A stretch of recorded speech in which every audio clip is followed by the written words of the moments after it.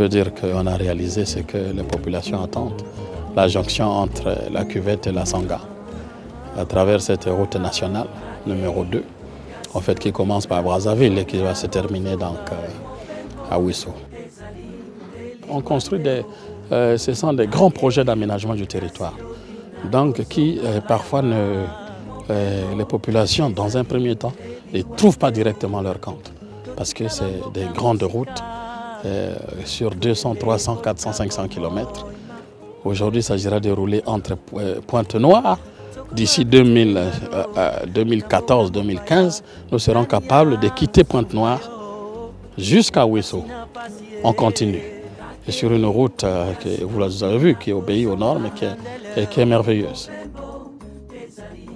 Alors, il faut dire que cette période va être assez intéressante dans la mesure où on va profiter pour faire, en termes d'infrastructure, une livraison complète de tout ce qu'on peut imaginer en termes de voies de circulation et de stationnement avion aussi. C'est-à-dire que pour le passager, ce qu'il voit, c'est une belle aérogare avec des services qui sont complets.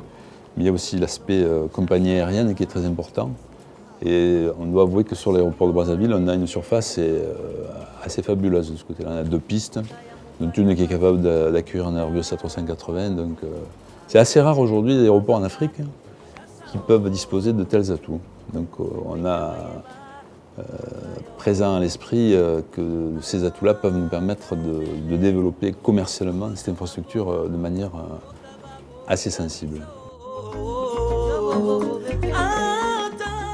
Aujourd'hui, si vous voulez, on a un trafic domestique qui est très fort et on essaye de redonner beaucoup d'élan au trafic international et régional compte tenu des très bonnes infrastructures et de ces 3 nouveaux aéroports internationaux qui vont être mis en œuvre. Cet hôpital est situé dans un quartier qu'on appelle le Mont-Fleury. Et il a 14 bâtiments et c'est un hôpital pavillonnaire. Nous avons 208 lits d'hospitalisation. Donc, c'est un grand hôpital. C'est un hôpital qui est, pour le moment, parmi les meilleurs hôpitaux de notre pays. Parce qu'il est moderne, avec un plateau technique hyper performant.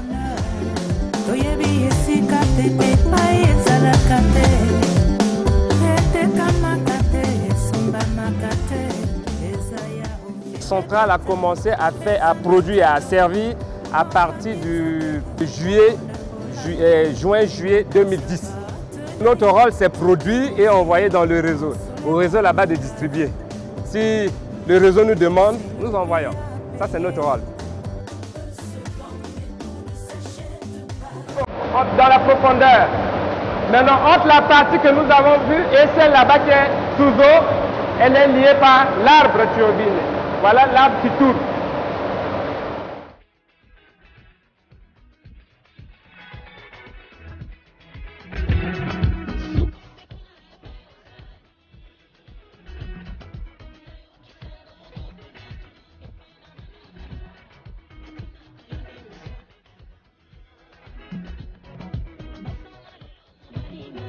Quelles que soient les richesses que possède un pays, la plus grande richesse, c'est la connaissance.